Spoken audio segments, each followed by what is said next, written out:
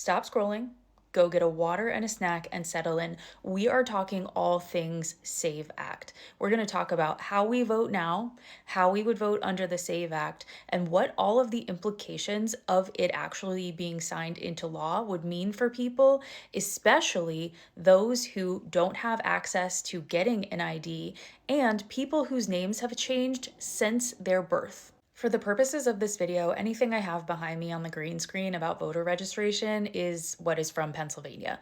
And that's because I'm from Pennsylvania, but also I want to point out that you register to vote under your state because your states are in charge of the elections.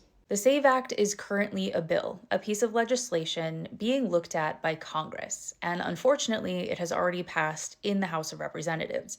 That means it's moved into the Senate, where they will debate and then they will vote whether or not, yes or no, this should become law. If it passes the Senate, then it will go to the desk of Donald J. Trump, who has already expressed his support for this, and he will make it a law.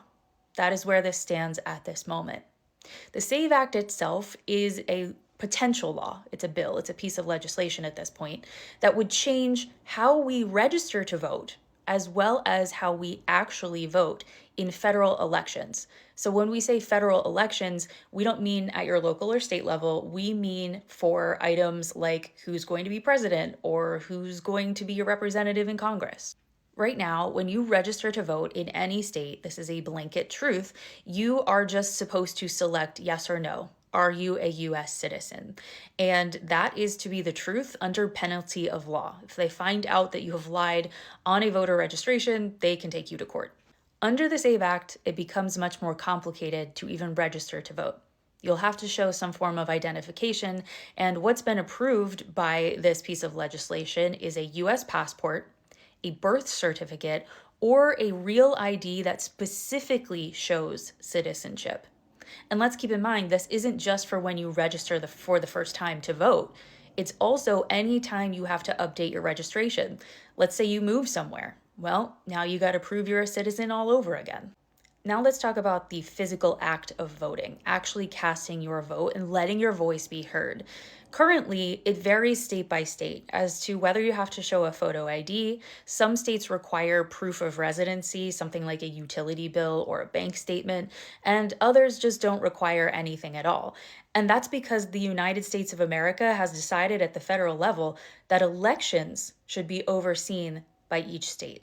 Under the SAVE Act, letting your voice be heard and actually casting your vote becomes a lot more difficult because each and every one of us is going to have to show up at our polling location with a government-issued photo ID, passports, driver's licenses.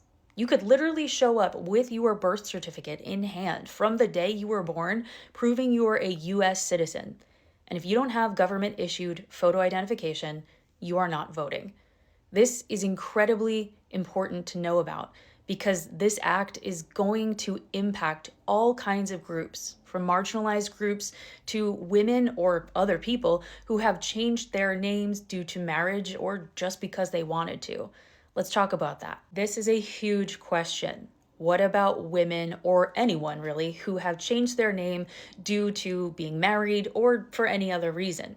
Well, this is where it becomes a problem because if you're using your birth certificate to register to vote to prove you are who you are and that you are a US citizen, it has to match your photo ID.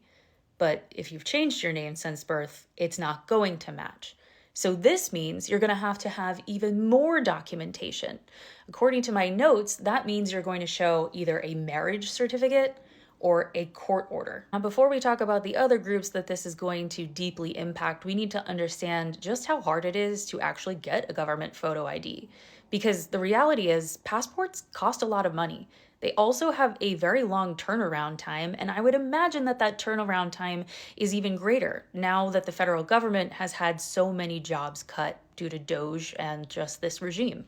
In terms of driver's licenses, not everyone lives in an area where you drive a car, and so they might not have a car to drive, and that means they can't take a driver's test.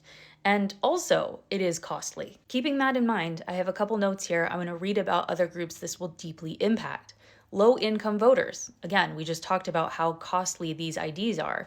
So either getting an original copy, or replacing one that has been lost, which, I mean, I've even lost an ID before. It's very time-consuming and expensive. Rural voters is another group that is going to be impacted greatly by this, because they might have less access to government offices where you can actually obtain these documents.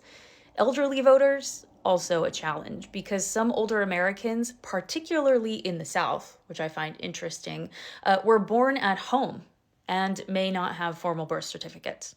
Like, literally, if you don't live near a hospital, if the hospital is 100 miles away from you, you are going to be born at home.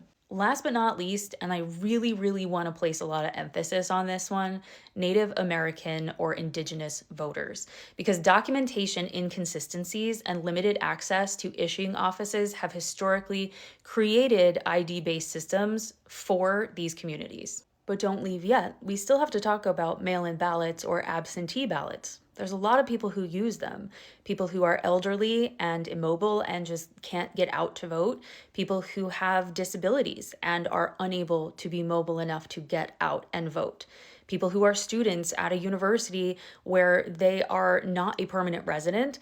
People who live overseas but are US citizens. And yes, this includes the US military, because no matter where they are stationed in the world, they still have a right to vote in the US elections. Gone will be the days of simply registering for an absentee ballot, having the government send it directly to your mailbox, filling it out, and then returning it back via mail. Instead, you are still going to have to show some form of government-issued photo ID. And this can be done in a number of ways. Number one, you can send in a copy of that photo ID, which I'm guessing a lot of people don't happen to have a copy machine just laying around their house. Or you're still going to have to show up somewhere in person to prove that you are who you are. Again, we're talking about mobility issues. Again, we're talking about the expenses of these government-issued photo IDs. So what's the bottom line under the SAVE Act? Just repeatedly proving that you are a US citizen. You're going to have the correct documentation in order to register to vote, to show up and vote, or to vote absentee. You're going to need a government-issued photo ID, which are costly and hard to access for many, many groups of people. And if you have changed your name at any point in your life and your government-issued photo ID doesn't match your birth certificate, you're going to have to prove via a third document, a court order, a marriage license, in order to vote. What we are doing here is creating a space where many groups of people who typically vote blue, vote Democrat, vote for liberals and progressives are going to have a much harder time voting. It's all a move to cheat. And this is not how we operate here in the United States of America, where every single vote is supposed to count.